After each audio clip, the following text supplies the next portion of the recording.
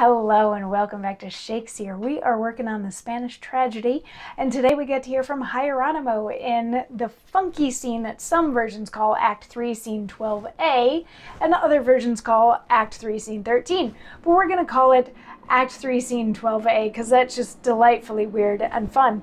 And at the beginning of this scene, we had Shakesyear and Pedro, who are both servants to Hieronimo, talking about the fact that Hieronimo is not doing so well, which he's not. I mean, he found his son stabbed and hanging from a tree, and he's been trying to get revenge on the murderer, and everywhere that he goes, there are these reminders. You know, he recently overheard the Portuguese ambassador delivering the reward for having caught Balthazar to the king that was supposed to go to Horatio, and he was like, "Where's my Horatio? Where's my Horatio?" All of that, but of course Horatio isn't there, so Hieronimo is actually now supposed to be the recipient of that bounty or that ransom that was intended for Horatio.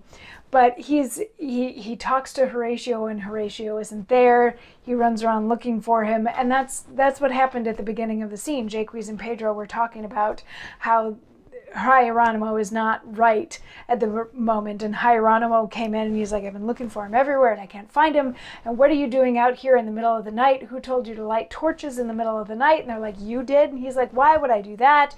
You should light your torches in the day, otherwise, you know, why are you shining light for the moon, like this evil moon?" And Pedro was like, "You need to, like, you're not doing well. You should calm down. You should quiet down." And Hieronimo says, "Villain, thou liest! And thou dost not but tell me I am mad. Thou liest. I am not mad. I know thee to be Pedro, and he Shakesyear. I'll prove it to thee. And were I mad, how could I?"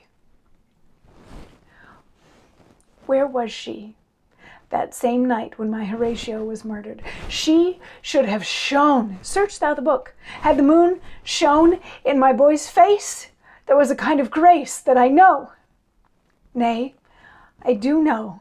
Had the murderer seen him, his weapon would have fallen and cut the earth, had he been framed of naught but blood and death.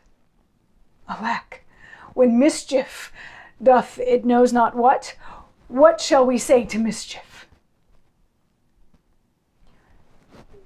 So not a particularly moving monologue in terms of moving the plot along, but we're seeing again, Hieronimo is determined. He's not crazy. He is justified in this, and he doesn't understand why anybody would have wanted to kill Horatio. He's like, if the moon was shining and the murderers had been able to see Horatio's face, they wouldn't have killed him because there was an innocence in Horatio's face.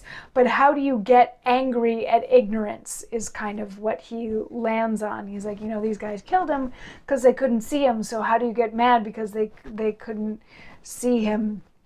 And at that point, Isabella, Hieronimo's wife, comes out and she's like, "Come on, honey, come back inside. Come back inside. Let's settle down and come on back inside." But Hieronimo doesn't want to go back inside. He's very fired up and looking for his son and wanting revenge and all of these sort of things. And then there's a knock at the door, and it turns out it's a painter, because who can best resolve a situation like this but a painter?